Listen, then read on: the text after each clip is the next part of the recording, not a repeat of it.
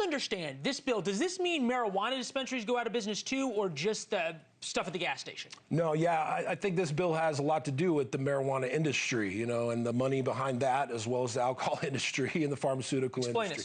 Well, you got Mitch McConnell here, who's gathered all the money to go at this and put this and present this and sneak this in. This is, completely reversing the 2018 Farm Bill, which President Trump should be championing. This is a $30 billion industry, as you said.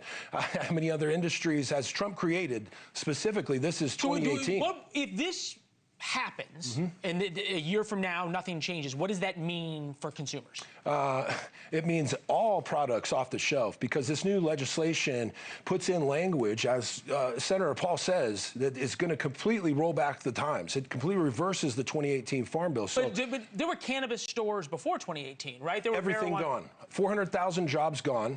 Wow. Okay. That are going to have to accept all the farms done. There's not one strain of cannabis, hemp or otherwise, that is ever going to test compliant under these new standards, period. So you're talking about your grandma's now salve that she uses for her arthritic knee. She's a felon too, on top of that.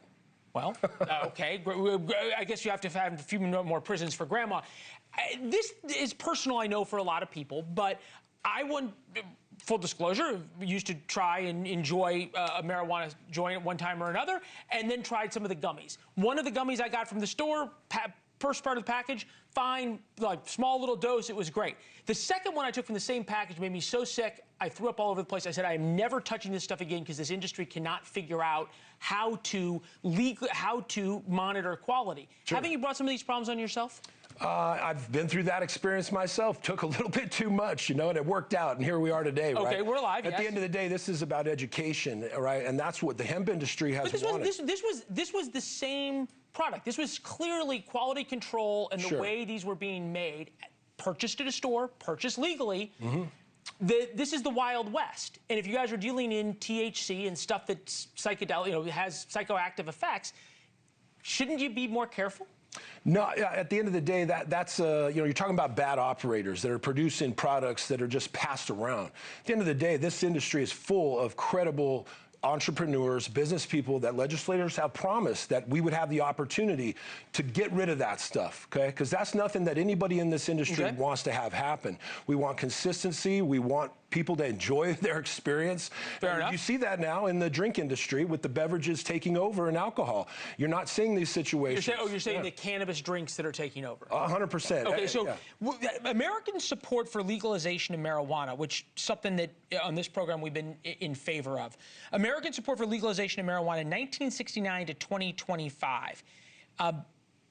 It is down 14 points in 2 years. Down 14 points. What do we equate that to? A lot of misinformation at the end of the day. That's what happened before, and that's happening even more so now. And you implement this legislation, now we're going back to reefer madness, okay? Because you're going to now start a war. What does reefer madness mean? Reefer madness is where, again, your grandma's now a felon for a topical, and we've taken now hemp and made it more illegal than marijuana ever was under this new bill. That doesn't seem right. Again, this is a $30 billion industry built on the backs of American citizens. The argument, when I was in Denver as a reporter in 2005, the argument originally was medical marijuana, which is why you got into this, right? Helped you? Yes, sir. Okay, how? It saved my life, period. I was on over 20 opiates playing the NFL for over 10 years. In college, through that, I was a first-round draft pick. I didn't get out the game. I was in the game all the time. I took the blows to the head that everybody else did, and I lost a lot of friends to this game. This changed everything for me, and it's continued to do so. So should we go back to, until the industry can get it right, should we go back to this is only medical marijuana, this has to be in a dispensary, you can't buy it in a grocery store? Or at a gas station? No. Personally, I believe it should go to things like the Rand Paul Hemp Act. That's what should happen, because the Rand Paul Hemp Act, over 85 pages, covers this in its entirety. Literally covers every facet of this so that the industry can... So this becomes regulated, it becomes legalized. Exactly. Same with alcohol. And continues to stay with the people that are doing it right to move and push out all of the bad products. If you want all the cartels to come back right now, continue with this bill. Pass this bill. Fair enough. Yeah. Thank you for watching. Subscribe below and download our NewsNation app right now on your phone, and you will get fact-based, unbiased news for all Americans.